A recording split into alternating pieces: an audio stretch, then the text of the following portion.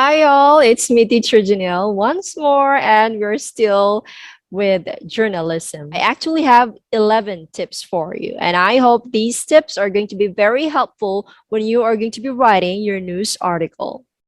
Let's begin. You might want to check out the video I made on how to write a news article. Then you can watch this, or it's either you watch this first, then go for that video, or go to that video first and go to this one. Either will do. Whichever would help you out, go ahead.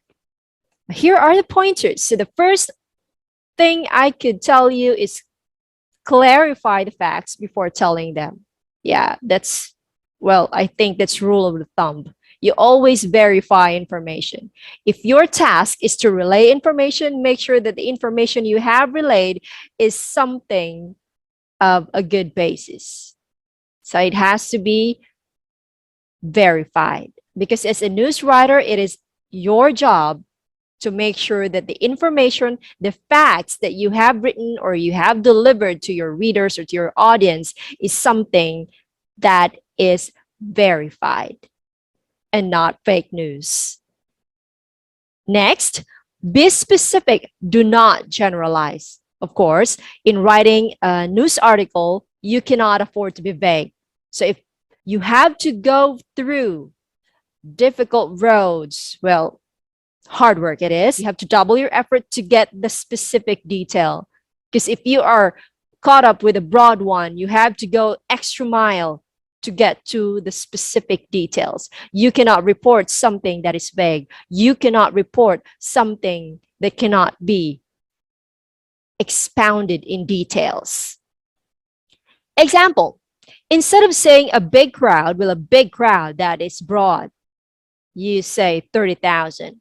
If you only have a big crowd in your notes, you have to go the extra mile to get that 30,000. So you have to go the extra mile to get that information to specify your big crowd.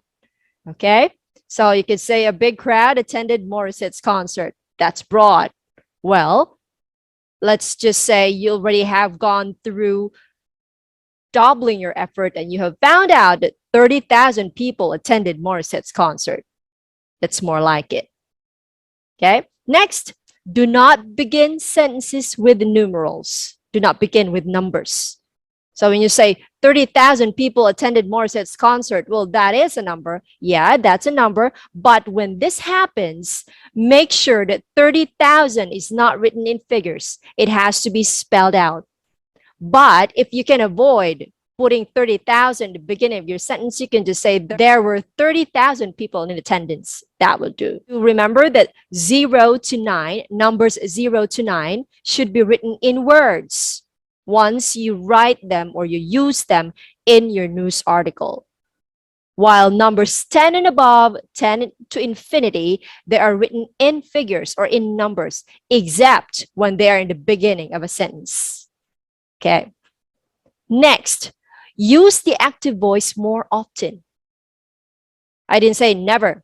Okay, just say more often, because there are instances when the passive voice is necessary, but that depends on the situation. A low percentage of the usage of passive voice would be necessary. Okay, so example. Morissette belted high notes effortlessly during her concert. So Morissette is the subject. When you say belted high notes, you're actually engaging our subject Morissette into doing the belting. That's active voice. You have put more life in the statement as it sounds more engaging. You are engaging Morissette in the action of belting high notes.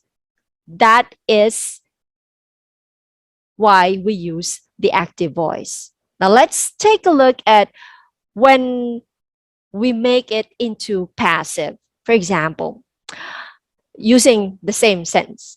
High notes were belted effortlessly during Morissette's concert. That one sounds dull and plain, not engaging, because you are focusing on the high notes, which, well, they don't have life at all. So the receiver of the belting, you're focusing instead of focusing on the icon or the personality who is belting the high notes. See that? There is a difference. So to be more engaging, to put life to your sentences, use the active voice. Focus on the doer doing the action instead of the receiver. Next, use short sentences or phrases to describe action. Let me show you this one. The driver, lunging at the bee buzzing around his head, lost control of the driving wheel and the car wound up in a ditch. Well, we are put in a slow motion right there. It's a bit slow pace. Now, in writing a news article, we are fast paced, remember? So we need to have something shorter and go direct to the point. Now, this is a series of events that we are talking about. It's a series of events, but still, you get to go straight to what really happened. So instead of writing it like this, you can write it like this. The driver lunged at the bee, lost control of the car, and wound up in a ditch. Done. See, shorter, easy on the eyes, easy to read, easy to understand. Fast-paced reading. Next, 6, keep paragraphs short and they should follow one another smoothly. Meaning each paragraph, the preceding paragraph should be related to the paragraph it follows. Because our news article follows the inverted pyramid structure. So you have to make sure that you arranged information in an order of decreasing importance. So the least important goes to the last part. So that is how you're going to arrange it. So usually, one long sentence equals one paragraph. Because when you are going to separate ideas in your news article, you write one thought, one paragraph, one idea, one paragraph. Okay, that is to show also the continuity of the news article, starting from the lead, which is the summary of the entire news, and you go to the bigger detail until the smallest detail, which also would say the least important. So that is the inverted pyramid structure. Next, use simple everyday words. So this is not creative writing, so do away with your highfalutin words. So we go easy on the eyes, easy to read, easy to understand. Remember that. It's a news article, it's fast-paced. Easy is fast. All right. Next, 8, identify all persons in the story. How do you do that? You can use his age or address or an occupation, whichever is important in introducing him to the news article, whichever is relevant. Example, Asia's Phoenix Morissette soared high on February 20, Tuesday, reaching another peak in her career as she successfully staged her first ever major solo concert titled Morissette is Made at the Smart Araneta Coliseum. So you have there our subject, Morissette, and we have identified her as Asia's Phoenix. So this identification of her is most relevant to her occupation as a singer, as an entertainer. Here's another one. In a press conference on election day before precincts opened, COMELEC acting spokesperson attorney John Rex Laudianco said 49 precincts have yet to submit reports. Our subject here is attorney John Rex Laudianco, and we have identified him as the COMELEC acting spokesperson. That is his job, or that is his position. Okay, now, you might see the difference how attorney John Rex Laudianco is presented and how Morissette is presented. So Morissette, there is a difference in how they are presented because this type of news here is entertainment. So it's a bit soft. Now, talking about celebrities, they actually go with names they are most famous with. So Morissette is more known as Morissette than Johann Morissette Amon. We use Morissette because that is what she is known for. and not Amon. So you might be confusing your reader as to who you are referring to when they are not familiar with Amon as her family name, because they are more familiar with Morissette. So whichever name the personality is famous for, that is the name you're going to be using. Okay, now going back to attorney John Rex Laudianco, you're going to write his family name when you're going to mention him once more in the preceding paragraphs.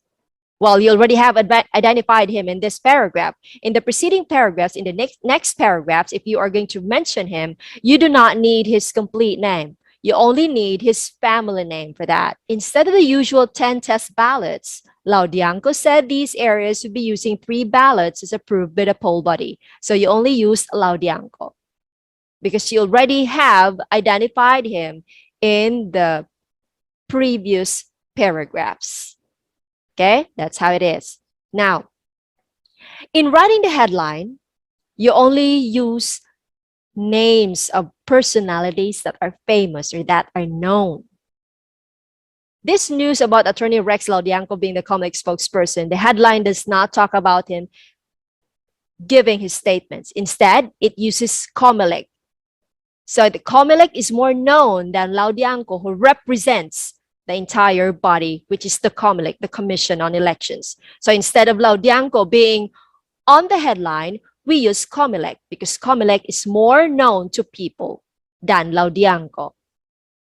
And anyhow, Laudianco is the spokesperson of Comelec. Whatever he says, Comelec also says it because he is the voice of Comelec. Now, only known personalities are named. Like example like this one, 5 suspects arrested after robbing a Chinese businessman. 5 suspects, well, if you think about it, you cannot just enumerate these 5 suspects in the headline. I said fast reading. If you put a lot of names in the headline, that's not going to be helpful to our fast reading. Okay, so 5 suspects. So it's understood why we don't name them. The Chinese businessman could be named if he is a famous one. But if he is not a famous businessman, putting his name there might confuse people. Why would we care? It would sound more intriguing if you use Chinese businessman than the name of someone who is not really known to people. Okay, so again, if people who are not famous, who are not known, are involved in a current situation that's newsworthy, you do not need to write their names in the headline.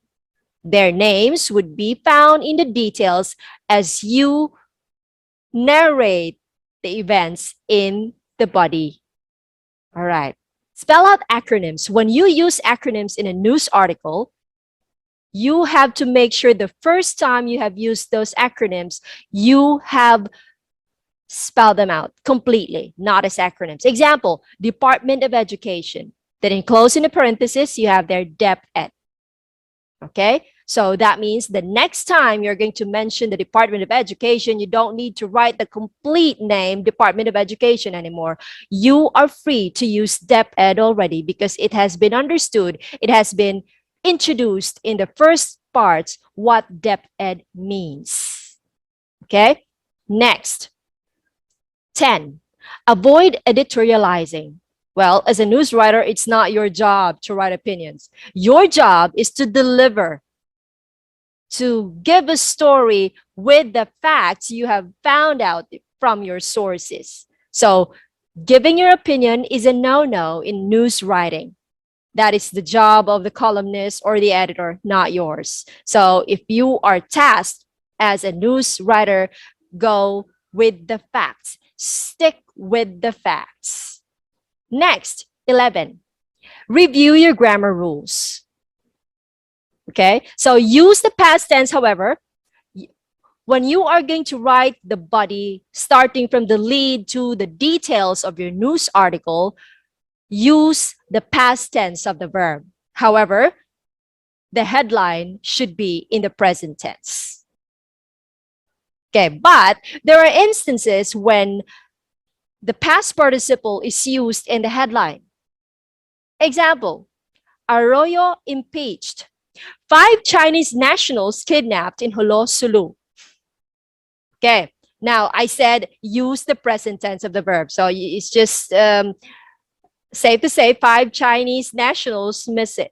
Use the past tense of the verb when you are going to write the details of your news. That starts from the lead to the body. That's past tense of the verb. However, when you're going to be writing the headline, it's usually in the present tense. So you say, Robin Padilla leads Senate race in partial unofficial tally. Leads, you're using the present tense of the verb. But when you say COMELEC, 99.95% of precincts done with final VCM testing and sealing, you use the past participle. Why is that? Well, that is plainly because the doer of the action is not important in this headline. So it's the precincts that is more important. How many? Okay, it's the figure that is more important. And you're using the past participle because, well, your precincts, they do not do the testing themselves. Other people are doing the testing for them. But those other people are not as important as how many precincts are done. So you're using the past participle. Example, when you say 5 Chinese nationals kidnapped in Holo, Sulu. So 5 Chinese nationals did not do the kidnapping to themselves. Other people are involved. And since we do not know for sure who kidnapped them, the 5 Chinese nationals are more important than the unnamed kidnapper yet. So you say 5 Chinese nationals kidnapped in Holo, Sulu. All right. You could also use the present participle when you can say 5 Chinese nationals missing. Anyhow, we don't know who kidnapped them yet. So using the present participle is also okay.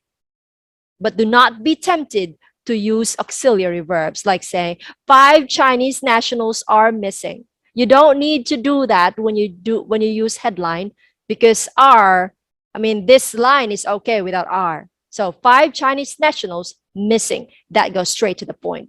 You don't need to make use of auxiliary verbs or the helping verbs. Okay. Now, when sentences can stand without using articles, then you have to omit them. Articles like a, and the. If the sentences are fine without them, take them away. The market vendors complain about the high rental prices. You can just say, market vendors complain about high rental prices. That's easier. Easy on the eyes, easy to read, easy to understand, fast-paced. However, it's not absolute. There are instances when the articles are necessary. For example, if you have put it like this, vendors complained about the public market's high rental prices. You have to put the before public. Because saying about public market's high rental prices is a grammar error. You're putting the there because you are putting an emphasis on the specification of the public market's high rental prices. So the here is necessary. Okay? Lastly, headlines usually use comma in place of and. So instead of saying and, comma is placed. See here, COMELEC, 99.95% of precincts done with final VCM testing, comma, sealing. So instead of saying VCM testing and sealing, you place a comma for the headline. All right, so those are the tips I could give you to make sure that you can write your news article as smoothly as possible. You can just go back to these tips to guide you on how to successfully write your news article. So this tutorial or this lesson that I am sharing to you starts from the lead, then the headline, and then go to the body, which is arranged in decreasing order of importance. In other words, the inverted pyramid structure. So I just say good luck to your news writing. It's Teacher Janelle, and for now, it's ta-ta, bye-bye.